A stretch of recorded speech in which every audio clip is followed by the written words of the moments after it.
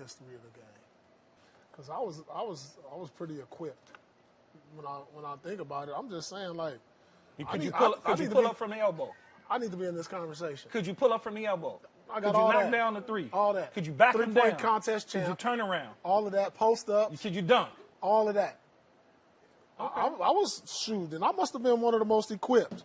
Look, here we go. Boom. Who's this? I'm to the rack. Okay. 3 people. Get Why they that. got short Laker highlight, but I get it. Yeah, look. Oh, let me see. Go over your head. Oh, that's Come pretty. on. Yeah, that's this is pretty. This is equipped. Oh, you want game winners? Wop, wop, wop. Here we go. Like, I'm trying to figure out what was your efficiency? Yeah, like, I think, when he's talking about his efficiency, because I shot more bad shots than Kevin. Yeah, you was just For hot sure. dogging. You wasn't as clean. No, I shot more bad shots. But Kevin, because he's 7 feet, he can get his shot off on anybody. He don't really see defense. You know what I'm saying? Yeah. That's why he's so efficient. There's nobody at his height on the perimeter.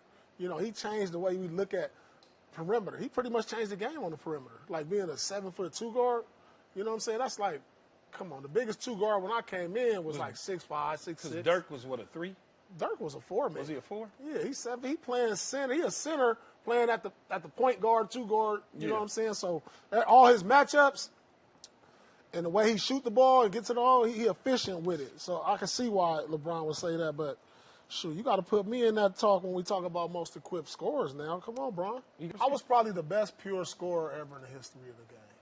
Okay. History. There you go. See, you see how he did that? If they want to use history, that's what I'm saying. When we just talk about pure score, I'm in that list. All right, man. Paul Pierce says he was one of the greatest pure scorers in the NBA. And anytime, especially a brother show confidence, a lot of people don't like to see a confident brother. And I think Kevin Durant was saying he's probably the best pure scorer in NBA history.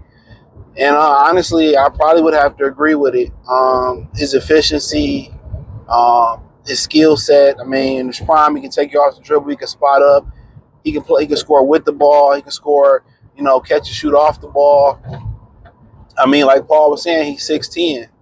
Paul Pierce, he ain't too shabby neither.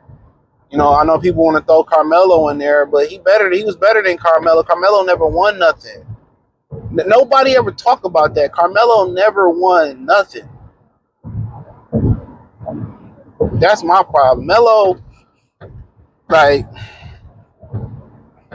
I'm about to take a player, Paul Pierce and Melo, I'm taking Paul Pierce. And that's my opinion on it. I just, Melo was a good player, but Paul was just more of a winner, bro. I understand they won one, and Paul made big shots. Paul defended. Paul had the midi. He had the post game. He could stretch out to 3. He can explode. You know what I'm saying? And like I said before, I understand the nostalgia of Melo, but it's, I get it. Teach his own, right? But Paul Pierce definitely up there is one of the best scorers. He started talking about George Gervin. He started talking about obviously Kobe, Tracy McGrady.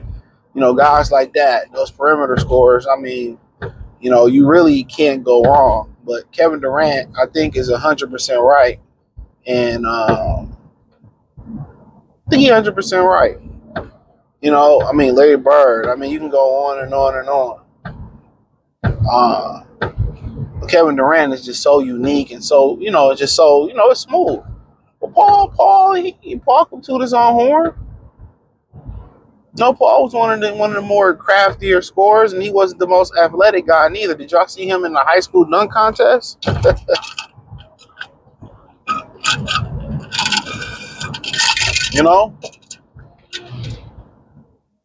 So, yeah, Paul was, midi guy, pull up. I'm so tired of this damn school bus dog. Oh, I can choke the school bus driver this morning. Sorry. But yeah, Paul, like I said, I can't be mad at it. He listed his case.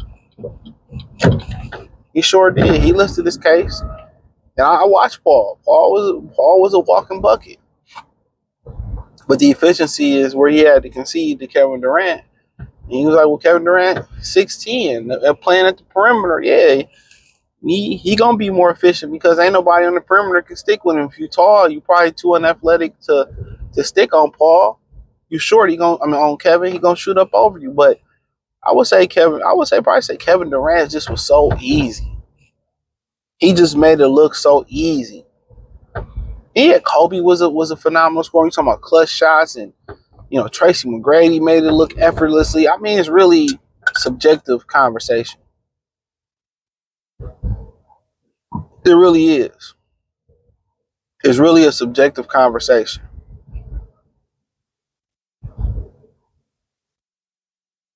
So it's just But Paul, he got the right to be in those conversations, bro. Paul got the right to be in those conversations. I mean, you had guys that people, don't really put up there like Joe Johnson that can get a bucket. You know what I'm saying? Isaiah Thomas, before he had to rein it in to be more of a point guard for the Pistons, he was a walking bucket. Pete Maravich in his day was a walking bucket. Jerry West was a walking bucket. So a lot of great, Michael Jordan, another one. He was a walking bucket. So you had a lot of these guys they could score the basketball at a high clip and a high level. So it's all about your flavor. But I have no issue with Kevin Durant being in that conversation. Honestly, it being number one. I wouldn't argue it at all. I wouldn't argue it at all. If some people if Paul wanted to toot his own horn, yeah. Like Paul was like that. Like Paul got the right to toot his own horn. I don't know why when people show confidence, when a man show confidence, people just like to try to bring him back down to earth. Like, nah, Paul was like that. Number one, I mean, each his own, but you got Tracy, you had Gervin, you had Bryant, you had Jordan. You know what I'm saying? It was a lot of guys that can really get a bucket. What's my man's out there in Denver? They exiled. His name was Chris Mills, but I don't want to call him by that. But I forget. I don't know how to pronounce his other name. I mean, he was a walking. I mean, Steph Curry's a walking bucket. I mean, so when we had these conversations, I mean, how do you really have these mythical conversations? But it's really just appreciating everybody for the God-given gifts they got to put the ball in the hole. So,